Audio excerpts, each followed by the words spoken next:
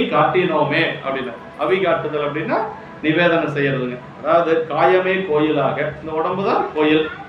கடிமனம் அடிமையாக, மனசையெல்லாம் முதல்ல அடக்கணும். இல்லைன்னு வச்சுங்களேன், மனசு மட்டும் எங்க வேணாலும் போகும். மனதை விட வேகமா போகக்கூடிய ஒன்று எதுவுமே இல்லை இந்த உலகத்துல, இல்லைங்களா? மனதை விட வேகமா போகக்கூடியது எதுவுமே கிடையாது. இங்க இருக்கும், உடனே வேற எங்காச்சும் இருக்கும். சாமி கிட்ட மட்டும் இருக்கவே இருக்கு. கொஞ்ச நேரம் அப்படி அடியாரோட இருந்தா கொஞ்சம் இருக்குமே என்னமோ. மற்றபடி எல்லாம் சாமியை நினைச்சோம்னா அப்பதான் என்னன்னைக்கோ நடந்ததெல்லாம் உள்ளுக்குள்ள வரும்.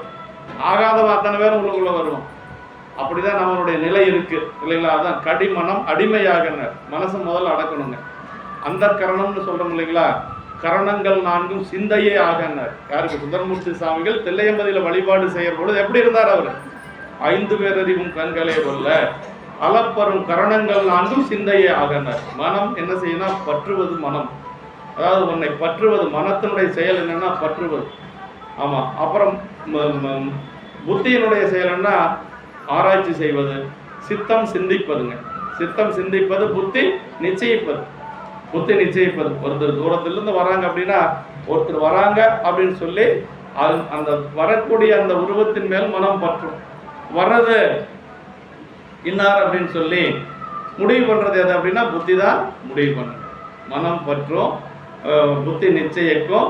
அப்புறம் அந்த காரணம் என்ன செய்யும்? அவரே தான் அப்படின்னு சொல்லி எழுந்து நீக்கக்கூடியது அந்த காரணம். இப்படி 4க்கு 4 வேலை இருக்கு. அதுல மனம் வேலையே செய்யக்கூடாதுங்க. மனம் எப்படி இருக்கணும்? அடங்கி இருக்கணும்.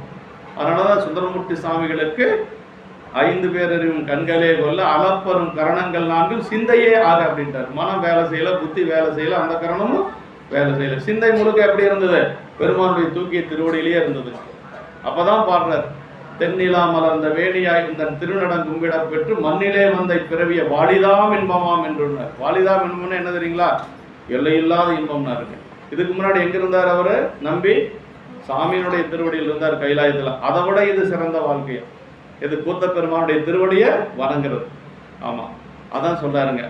அந்த தென்னிலா மலர்ந்த வேணியாய் உந்தன் திருநடம் கும்பிட பெற்று மண்ணிலே வந்த பிறவிய வாலிதாம் இன்பமாம் என்று கண்ணில் ஆனந்த அறிவினீர் சொரிய கைமலர் உச்சி மேல் குவித்து மண்ணினால் நீடி அறிவரும் பதிகம் பாடினார் பரவினார் பணிந்தார் அப்படின்னாரு.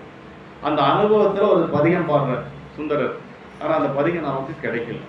அந்த பதிகம் மட்டும் கிடைச்சிருந்தா அவர் எப்படி கூத்த பெருமான அனுபவிச்சிருப்பார் அப்படிங்கிறத நம்ம உணர முடியும். அது மடித்தாடு மடிமைக்கன் 2வது முறை போற பொழுது கிடைச்ச பதிகம் தான் மடித்தாடு மடிமைக்கன் 5000 கழிக்காம புராணத்துல வரக்கூடியது.